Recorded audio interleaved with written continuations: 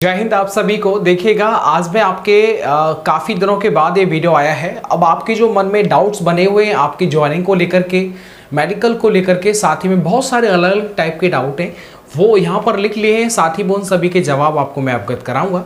यहाँ पर देखिएगा, सबसे पहले एक बार आप देख लीजिएगा क्या क्या आपके मन में है। 60,244 के भर्ती के रिगार्डिंग है। छुट्टियों को लेकर के जेटीसी आरटीसी, साथ ही में जब ये पूरा ट्रेनिंग हो जाएगा उसके बाद की छुट्टी की स्थिति क्या रहेगी, लेट ज्वाइनिंग कर सकते हैं क्या, यूपीएसआई की तैयारी भी क्या हम इस ट्रेनिंग के दौरान कर पाएंगे, जेटीसी आरटीसी में दोबारा से मेडिकल होगा क्या, ये कंफ्यूजन है। पुलिस वेरिफिकेशन बहुत लोगों का 22, 23, 24 को हो चुका है मेडिकल, लेकिन अभी तक पुलिस वेरिफिकेशन नहीं हुआ है। तो ऐसी स्थिति में क्या करेंगे, पहला सैलरी, पहला वेतन आपका कितना बनेगा, और साथ ही में रूम ले सकते हैं क्या, कि आप जब ट्रेनिंग करेंगे तो बाहर आप अपनी फैमिली के साथ में आप रह सकते हैं, आप ऐसा सोचना चाहते हैं। साथ ही में नेम प्लेट को लेकर के आपके डाउट बने हैं, भैया नेम प्लेट पर क्या वही नाम अंकित होगा जो हमारे डॉक्यूमेंट में है, या फिर आप अपने हिसाब से भी नाम उसमें अंकित करवा सकते हैं। दूसरी बात, नेम प्लेट आपने देखा होगा कि एक होता है कपड़े वाली नेम प्लेट होती है, जैसे आपने देखा होगा सर्दियों में जब हम जैकेट पहनते हैं ना, तो जैकेट के ऊपर जो होती है वो कपड़े वाली नेम प्लेट होती है। क्या उसे आप गर्मी वाली, सर्दी वाली वर्दी पर भी जो है लगा सकते हैं क्या। साथ ही में जब आप ट्रेनिंग पर जाएंगे तो ट्रॉली बैग या फिर बक्सा क्या लेकर के जाएं और उनकी स्थिति क्या होनी चाहिए, और साथ ही में जेटीसी आरटीसी के टाइम पर आपको क्या क्या लेके जाना है, पूरा रूपरेखा यहाँ पर लिखा हुआ है। चलिए अब हम स्टार्ट कर देते हैं आपके सवालों को लेकर के।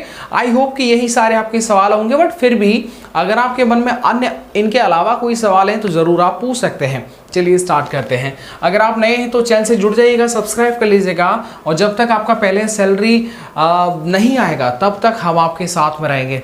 चलिए लेट्स स्टार्ट। यहाँ पर आप देखिएगा, छुट्टियों को लेकर के मैं दो छुट्टियों के बारे में, देखिए दो स्थिति होती है, दोनों स्थिति के बारे में आपको अवगत करा देता हूँ। देखिएगा, छुट्टी यानी कि जब आपका जेटीसी, देखो दो चीज़ें होती हैं, जैसे एक होता है जेटीसी और एक होता है आरटीसी। पहले एक महीने का जेटीसी चलेगा, बाकी जो आपका 8-9 महीने का जो चलेगा वो आपका आरटीसी चलेगा। यहाँ पर आप देखिएगा, जेटीसी नॉर्मली क्या होता है कि जेटीसी में लोग काफ़ी डिले जो है वो इस जेटीसी को ज्वाइन करते हैं। मान लीजिएगा कि आपका जो, जैसे देखिएगा 17 जून है ना, 17 जून से जो है वो आपका जेटीसी चालू हो रहा है। अब मान लीजिए किसी ने 20 तारीख को किया, किसी ने 21 को किया, किसी ने 25 को किया, ये सब जो है वो आप देख पाएंगे सबके सब लड़के एक साथ एक ही तारीख को नहीं देखने को आपको मिलेंगे। धीरे धीरे जैसे जैसे दिन आगे बढ़ते जाएंगे वैसे वैसे लड़के ट्रेनिंग पर आते रहेंगे, जबकि उनका जो जेटीसी में टाइमिंग दे रखा है, डेट दे रखा है, वो 20 लिखा हुआ 20 जून, लेकिन फिर भी वो 25 को कर रहे हैं। भैया उसके पीछे क्या रीज़न होता है, क्या हम भी कर सकते हैं क्या, वो मैं आपको बताता हूँ। तो जेटीसी 1 महीना, आरटीसी 9। ओके, अब एक और चीज़ आप समझिएगा कि यहाँ पर ओवरऑल मैं बात करता हूँ तो जेटीसी तो नॉर्मली आप देखेंगे कि आपके जनपद में ही होगी, संभावतः 99% आपके जनपद में ही होगी, तो वहाँ पर छुट्टियों की ऐसी कोई दिक्कत है नहीं। आपके परिजन भी आपसे मिल सकते हैं और बीच में भी आप अपने घर पर जा सकते हैं, लेकिन विशेष तौर पर जब आरटीसी, जब आपका मेन ट्रेनिंग चालू हो जाता है तब वहाँ पर छुट्टियों की बड़ी ज़रूरत होती है, क्योंकि 9 महीने का एक लंबा पीरियड होता है जिसमें आपका एग्जाम्स भी होते हैं, आपके फैमिली में शादी विवाह ये सब फंक्शन भी होते हैं। तो ऐसी स्थिति में क्या होता है, देखिएगा आरटीसी के दौरान आपको 6 दिन की ही छुट्टी मिलती है। कितने दिन की मिलती है, 6 दिन की छुट्टी मिलती है आरटीसी के दौरान। ठीक है, ये मैंने आपको ट्रेनिंग का बता दिया। अब आपको ड्यूटी का बता देता हूँ। ड्यूटी को आपको ये छुट्टियाँ होती हैं वो कैसे कैसे डिस्ट्रीब्यूट होती हैं। ठीक है, जब आप जैसे आप थाना मिल जाएगा, जैसे आप ज्वाइन कर लेंगे उसके बाद की स्थिति अब मैं अवगत कराता हूँ। देखिए छुट्टी इतना डिटेल में किसी ने नहीं बताया होगा ट्रेनिंग का, साथ ही में ड्यूटी का क्या होता है। ड्यूटी का जो छुट्टियाँ होती हैं आपको 15/14 में चलती हैं, यानी कि जनवरी से लेकर के और जून तक आपकी छुट्टी मिलेंगी आपको 15। साथ ही में अगला जो 14 बचेगा ये आपका जुलाई से लेकर के ये दिसंबर तक चलेगा। ठीक है, ये ओवरऑल 29, मतलब ऐसा नहीं एक साथ इनको आप नहीं ले सकते हैं, ये आपके 6-6 महीने के सेगमेंट में जो वो डिस्ट्रीब्यूट होती है। ठीक है, अब मान लीजिएगा जनवरी से जून तक आपका 15 छुट्टी बचा हुआ है, 15 छुट्टी है। अगर आपने इसमें से मान ली 10 छुट्टियाँ आपने ले ली, 5 बच गई, जैसे ही जुलाई चालू हो जाएगा ये खत्म हो जाएंगी। ये इस तरीके से जो होता है वो एक प्रोसेस चलता है। ठीक है, आई होप कि आपको समझ में आ गया होगा। तो 15-14 के केस में इस तरह से होता है। अच्छा, एक और इसमें एक बात और होती है छुट्टियों के दौरान, वो भी मैं आपको क्लियर करा देता हूँ। देखिएगा, अब देखिए आज मेरा पूरा मन था कि इन सभी टॉपिक को बड़े अच्छे से आपको समझाऊं। यहाँ पर एक चीज़ देखिएगा, जैसे आप ट्रेनिंग पर, जैसे आप ड्यूटी ज्वाइन कर लेते हैं तो ऐसी स्थिति में क्या होगा, मान लीजिएगा आप, जैसे मान लीजिएगा मैंने लिखा शुक्रवार और फिर लिख दिया शनिवार, यहाँ हो गया रविवार और फिर हो गया सोमवार, ठीक है। अब ये कितने दिन हो गए देखिएगा, ये हो गए 4 दिन। क्या हो गए? 4 दिन। अब आप देखिएगा, मान लीजिएगा शुक्रवार से आपकी छुट्टी चालू होती है, सोमवार तक चलती है, मतलब आप 4 दिन की छुट्टी लेके गए, बीच में रविवार पड़ गया, तो ऐसे में होता है छुट्टियों के दौरान अगर बीच में रविवार पड़ जाता है तो रविवार का छुट्टी में काउंट नहीं किया जाता है। तो ऐसी स्थिति में आपकी जो छुट्टियाँ कटेंगी वो कितनी कटेंगी? मात्र 3 छुट्टियाँ ही कटेंगी, 4 नहीं काउंट की जाएंगी क्योंकि बीच में रविवार आ गया है। ये स्थिति आपके समझ में आ गया होगा। चलिएगा, छुट्टियों के बारे में बहुत विवरण होता है, ठीक है। हम नॉर्मली क्या होता है कि जल्दी जल्दी में बता देते हैं, लेकिन छुट्टियों के बारे में एक बड़ा टॉपिक होता है। चलिएगा आगे बढ़ जाते हैं। आगे आपको टेंशन मत लीजिएगा, जो जो स्थिति बनेगी मैं पूरी हर स्थिति को आपको मैं अवगत कराऊंगा। आगे देखिएगा, लेट ज्वाइनिंग का भैया, जैसे आपने देखा होगा, जैसे आपका जेटीसी जो है वो 17 जून से चालू हो रहा है, तो ऐसे में 17 जून से आप देख पाएंगे कि 25 को, 26 को, 27 को भी ज्वाइन कर रहे हैं। तो वो क्या होता है देखिएगा, एक्चुअली में जेटीसी के टाइम पर आप आगे पीछे ज्वाइन कर सकते हैं, लेकिन विशेष बात ये होता है कि लेट ज्वाइन, देखिए अब जिनका मेडिकल हो गया है, जो पास हो चुके हैं, रीमेडिकल भी मिला है, वो भी आप देखेंगे कि देखो रीमेडिकल का एक चीज़ होता है, मैं आपको बता देता हूँ, 95%, ठीक है, 95% आप देखेंगे कि आप रीमेडिकल में जो लड़का जाएगा वो क्वालिफाई हो जाएगा, ठीक है। आप जाइए और एक जो सिंगल पॉइंट मिला होगा, डबल पॉइंट मिला होगा, उन्हीं का चेक होगा रीमेडिकल में, वही पॉइंट चेक होते हैं, बाकी अदर पूरा मेडिकल चेक नहीं होता है, ठीक है। ये चीज़ हो गया। इसके बाद लेट ज्वाइनिंग में क्या होगा कि आपका जो जैसे ही प्रमोशन होता है, आपको पता होगा कि यूपी पुलिस में ऐसा नहीं है कोई डिपार्टमेंटल एग्जाम होता हो और डिपार्टमेंटल एग्जाम के मार्क्स के आधार पर आपका प्रमोशन होता हो, नहीं, ये आपका सीनियरिटी चलता है। क्या चलता है? सीनियरिटी चलता है। तो ऐसे में क्या होगा, जो जैसे मान लीजिए किसी ने किया 17 तारीख को ज्वाइनिंग, किसी ने 18 को, तो 17 वाला सीनियर, 18 वाला जूनियर। जैसे ही प्रमोशन, अगर मान लीजिएगा एक लड़के का प्रमोशन करना है और उसको हेड बनाना है या दरोगा बनाना है, तो याद रखिए 17-18 तारीख में से मान लीजिए 2 लड़के यहाँ पर हैं, मैं तो पहला जो लिया जाएगा वो 17 वाला लिया जाएगा, 18 वाला नहीं लिया जाएगा। एक स्थिति और क्लियर होती है, 17 तारीख के दिन में ही ना दो सेगमेंट होते हैं। जैसे कि देखिएगा, सुबह 6 से दोपहर के 12 बजे तक और दोपहर के 12 बजे से शाम के 6 बजे तक, अगर ये स्लॉट में अगर आप आते हैं तो ठीक है, ये प्रातःकाल, ये सायंकाल होगा, ये होगा प्रातःकाल। अब देखो यहाँ पर भी होता है, ये होता है सायंकाल। जैसे मान लीजिएगा कि 20 जून को एक लड़का आया सुबह, ठीक है, उसने 12 बजे से पहले ज्वाइनिंग करा दी, आमद करा दी। इसके बाद दूसरा लड़का आया, उसने जो शाम को 3 बजे कराई, तो यहाँ पर जूनियर सीनियर कौन हुआ? जबकि दोनों ही एक ही तारीख को आए हैं, तो सीनियर हो गया जो 12 बजे से पहले आया है और 12 बजे के बाद आया। प्रमोशन हुआ तो पहले इसका होगा, इसका बाद में होगा। आप समझ रहे ना? ये डिटेल में आपको कोई नहीं बताएगा, जल्दी जल्दी हम लोग कर देते हैं क्योंकि हमको बाकी अदर कंटेंट पे ध्यान रखना होता है। चलेगा आगे बताते हैं मेरे साथी। आपको अगर अच्छा लग रहा हो डिटेल तो ज़रूर वीडियो को यार लाइक कर दीजिएगा। बाकी आपके मन में अगर कोई अन्य सवाल है तो ज़रूर मैं पूरा एक्सप्लेन करके उसको बताऊंगा। आगे देख लीजिएगा। चलिए यहीं पर आपको बता देता हूँ। एक सवाल और है भैया, यूपीएसआई की तैयारी, आपको पता है जितने भी कांस्टेबल हैं वो सबके सब जो है वो यूपीएसआई की तैयारी करेंगे, तो उन सभी को ये जानना बड़ा ज़रूरी है। देखो 2 तरह के स्टूडेंट आपको यहाँ पर देखने को मिलेंगे। एक ये जिनको पहली बार ये नौकरी मिली है, जिनको फर्स्ट टाइम, ठीक है, पहली नौकरी है, और दूसरे कैंडिडेट ऐसे होंगे जो ऑलरेडी जो है वो गवर्नमेंट सर्वेंट होंगे, जो अलग किसी डिपार्टमेंट में नौकरी कर रहे होंगे या फिर पुलिस डिपार्टमेंट में नौकरी कर रहे होंगे। 2 टाइप के लड़के हो जाएंगे। तो फर्स्ट टाइप का ये होता है पहली बार ज्वाइनिंग, पहली बार नौकरी मिल रही है तो सबके सब तैयारी करते ही हैं।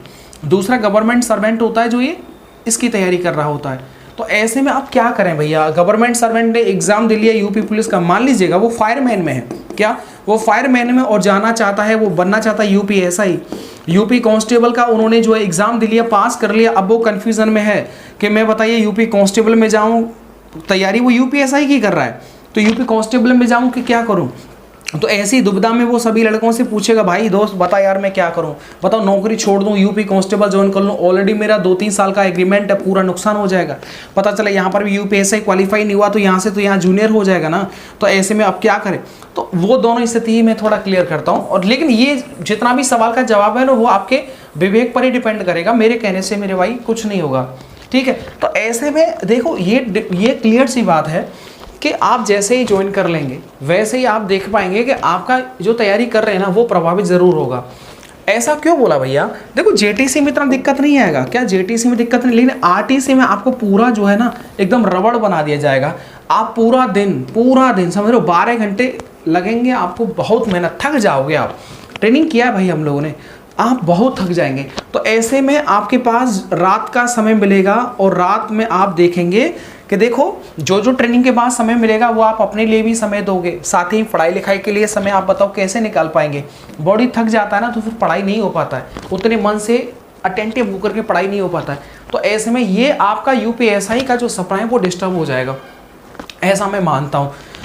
पहली बात क्लियर ये समझिएगा कि जिनको नौकरी नहीं मिला है वो भाई ज्वाइन करिए, इसके साथ में ही तैयारी करना। ये समझ लो एक तरह से बोल सकते हैं कि आपको तैयारी करना है, आपको यूपीएसआई चाहिए तो इस नौकरी के साथ में ही करना पड़ेगा, ठीक है। आप ऐसा नहीं कर सकते कि ज्वाइन नहीं किए खाली यूपीएसआई की ही तैयारी कर रहे हैं, वो दिक्कत हो जाएगा। ज़रूरी नहीं कि नंबर आ ही जाए, एक नौकरी आप खो दोगे। आज के टाइम पर नौकरी नहीं मिल रहा है आसानी से, तो ऐसे ही पहले ज्वाइन करो। लेकिन जो गवर्नमेंट सर्वेंट हैं उनके लिए क्या स्थिति है? जो ऑलरेडी नौकरी कर रहे हैं, अन्य डिपार्टमेंट में जाना चाहते हैं, यूपीएसआई में यूपी कांस्टेबल क्वालिफाई कर लिया है, मेडिकल भी दे लिया, अब सोच रहे हैं भैया क्या करें। तो ऐसे में मेरे भाई देखो, आपसे छोटा बड़ा हो सकता हूँ लेकिन सजेशन एकदम जेन्युइन है, देखिएगा सुनिए।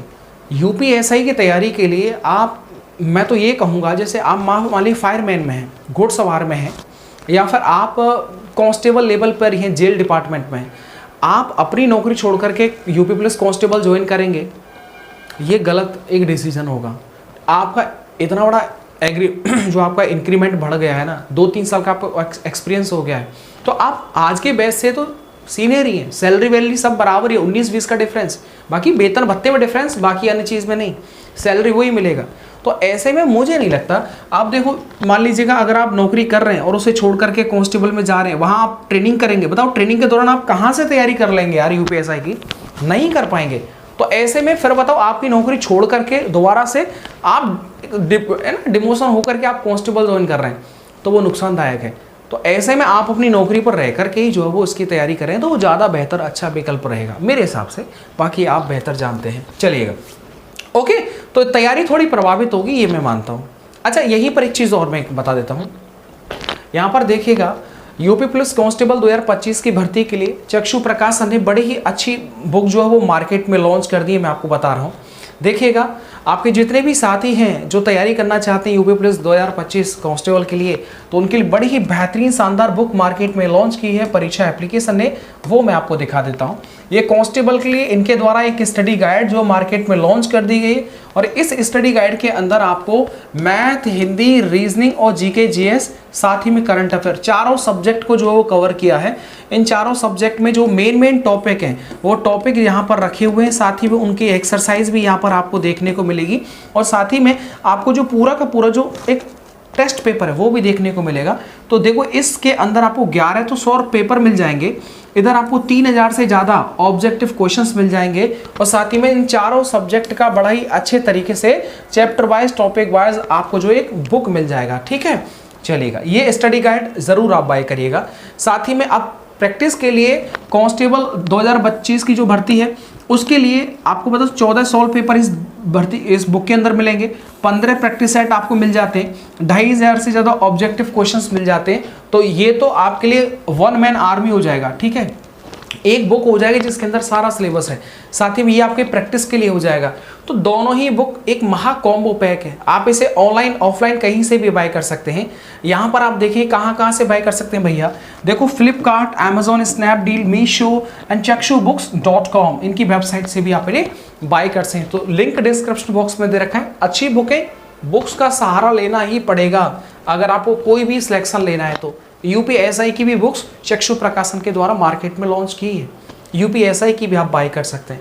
चलेगा, इसके बाद अब कौन सा सवाल ले लेते हैं, ये वाला ले लेते हैं, जेटीसी आरटीसी दोबारा मेडिकल होगा क्या? ओके, देखिएगा एक ही साफ बात कर देता हूँ, यहाँ पर दोबारा मेडिकल नहीं होता है, दोबारा मेडिकल उन्हीं का होता है जिनको कोई पॉइंट मिलता है, उन्हीं का रीमेडिकल होता है।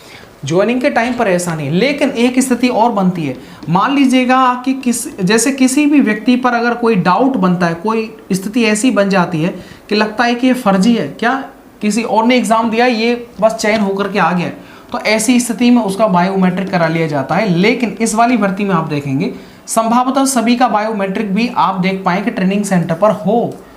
ये भी पॉसिबल है, ये भी पॉसिबल है कि सभी का जो बायोमेट्रिक है वो आप देख पाए कि ट्रेनिंग सेंटर पर सभी का होगा। ठीक है, बाकी जिनका लगता है किसी की फैमिली अगर कोई एप्लीकेशन दे देती है, मान लीजिए आपके उन्हें पता है कि यार मेडिकल में इसको दिक्कत था, ये पास कैसे होगा, किसी ने एप्लीकेशन शिकायत कर दिया, फिर उसका दोबारा से मेडिकल हो जाता है।